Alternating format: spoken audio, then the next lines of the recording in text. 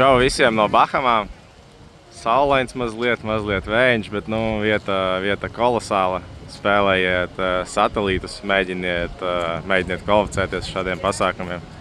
Kur skaists iemesls, kāpēc es kvalificējos. Tagad mani pafilmēs, pastāstīšu, kā turnīrā gāja. Vakar spēlēju SOP Main Event 25,000 turnīru pirmo dienu. Pirmās emocijas piesēžoties neliels stresiņš.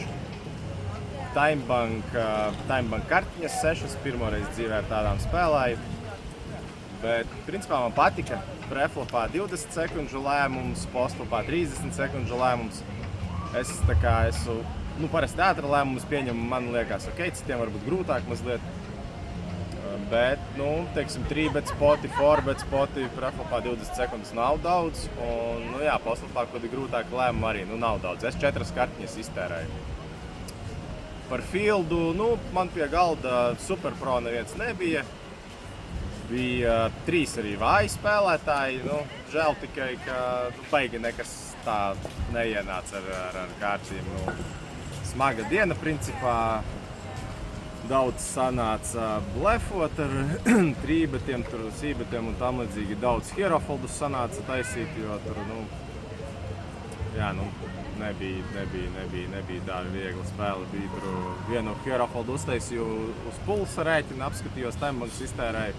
Labu foldu uztaisīju, es domāju, būtu izblojis no turnīra, pēc tam redzēju Čalis showdownā parādīja stipru kombināciju ar augstu pulsu. Kas vēl tāds, sāku ar 500 štukām dienu, bija uz leju līdz 200 štukām, tad kaut 500, tad atkal 100, tad līdz 700 pat tiku, beidzu ar 480, tā kā